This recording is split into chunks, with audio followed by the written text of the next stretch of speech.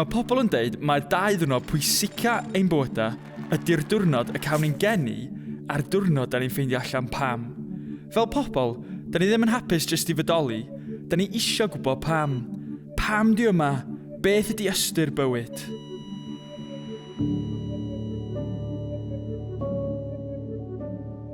Un ffordd ateb y cwestiynau dwfn yma ydy mynd yn ôl at ein greiddiau. I ffeindio allan pam da ni yma, mae angen i wybod o ble da ni wedi dod. Dyna pam mae cymaint o bobl yn chwilio eu hacha gan ddefnyddio gwefannau a kits DNA.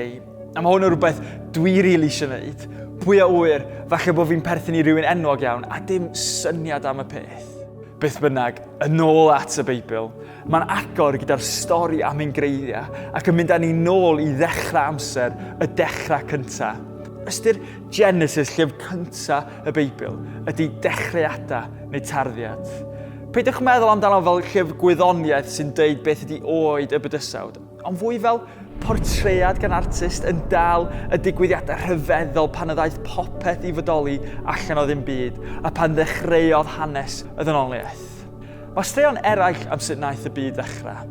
Rhai hen a modern yn awgrymu mai jyst blobiau damweiniol o garbon ydyn ni a'r ddarn o garreg sy'n bodoli'n ddibwrpas yng nghanol bydysawd gwag. Mae Genesis yn mynnu ein bod ni yma yn fwriadol. Gweitha'r holl dioddau ac anrefn, mae arwyddocad go iawn i'n hanes fel dynoliaeth. Mae disgrifiad cyntaf y Beibl o'r ddaear yn deud ei bod yn anrefn gwag mewn tywyllwch. Ond yn sydyn, mae llais y creuwr dwyfol yn dod. A dywedodd Duw, dwi eisiau golau, a daeth golau i fod. Dych chi rioed wedi meddwl o ble ddaeth holl brydferthwch byd natur? Wedi'r cwbl dydy trefn, siap, balans a ffratiymau lliw ddim jyst yn digwydd. Pan welwch chi ardd wych, mae'n debyg bod yna arddwr. Os ydych chi'n mwynhau pryd o fwyd blasus, bydd yna chef talentog wedi baratoi nid ffrwydriad random mewn cegin. Yn y dechreuad, Duw. Fod i'r rheswm da ni yma. Dim damweinia mewn bydysawd gwag ydyn ni. Mae'r ddaear yma, y blaned, yn gartref sydd wedi llunio'n gelfydd i ni ei fwynhau. Mae byd natur fel darn hyfryd o gelf ac mae'r Beibl yn ein cyflwyno ni i'r artist sydd tu ôl i'r cyfan. Rydym yma yn fwriadol a rydym yma i bwrpas. Mae Genesis yn disgrifio creu pobl ddynol mewn ffordd arbennig. Rydym wedi'n gwneud ar ddelw Duw i fod yn debyg iddo. Pan nes i ddal fy mhlentyn am y tro cyntaf yn fy mreichia, a roedd hi'n gafal yn fy mis bach, nes i grio. Mae parsel bach bregus newydd anedig yn beth sanctaidd. Fel pobl, da ni wedi'n gwneud ar lun a delw Duw. Dyna pam mae pob person yn bwysig. Beth bynnag di lliw ei croen, rhyw neu faint ei cyflog. Wrth i stori dechreuad fynd yn ei blaen, rydym yn cwrdd â cwpl o'r enw Adda ac Efa.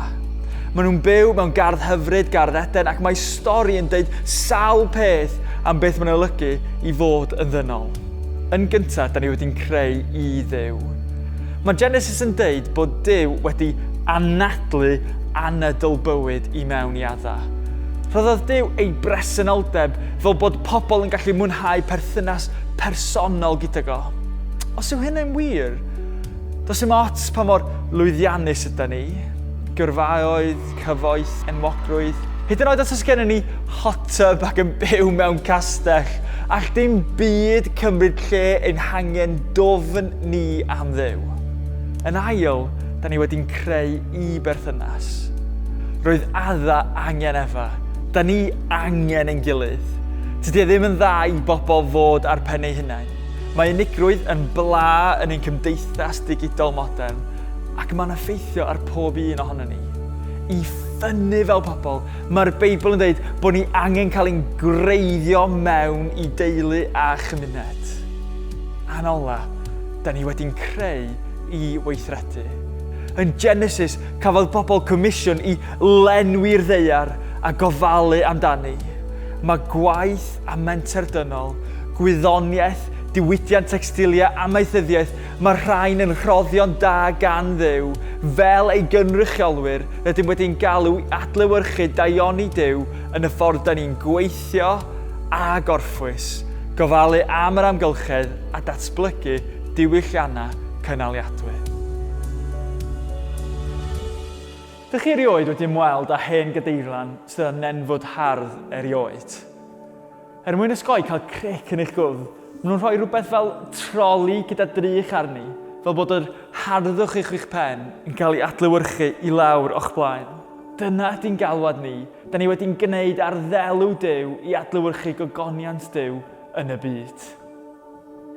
Ond beth sy'n digwydd os ydy'r drych yn troi ffwrdd at yr ochr dywyll?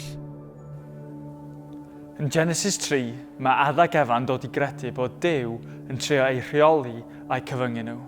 Mae'r stori eiconig amdano nhw yn bwyta'r ffrwyth oedd wedi wahardd yn dal i wneud synwyr o'n profiadau ni heddiw. Llais temtasiwn, y dewis a'r dyfaru. Pan da ni'n troi cefn ar Dduw, da ni'n profi euogrwydd a chywilydd ac mae perthnasau gwerthfawr yn cael eu chwalu a'r amgylchedd hyfryd yn cael ei dinistrio. Pam mae'r byd yn lle mor hyfryd, ond eto mor doredig? Yn ôl y Beibl fe wnaeth Duw greu y cwpl yn dda, ond achos be wnaethon ni, mae'r cwpl wedi syrthio lawr ar ein penna. Felly lle da ni'n mynd o fama? Oes yna ffordd yn ôl? Oes ffordd yn ôl i baradwys? Mae yna awgrym allan helpu yn Genesis. Reit yng nghanol yr arnrefn a'r siom, mae Duw yn addo bydd rhywun yn dod i sathru pen y sarth drwg. Ond yn rhyfedd, mwyn concro'r drygioni, mae'n rhaid iddo fo'i hun ddioddau brathiad Gwenwynig.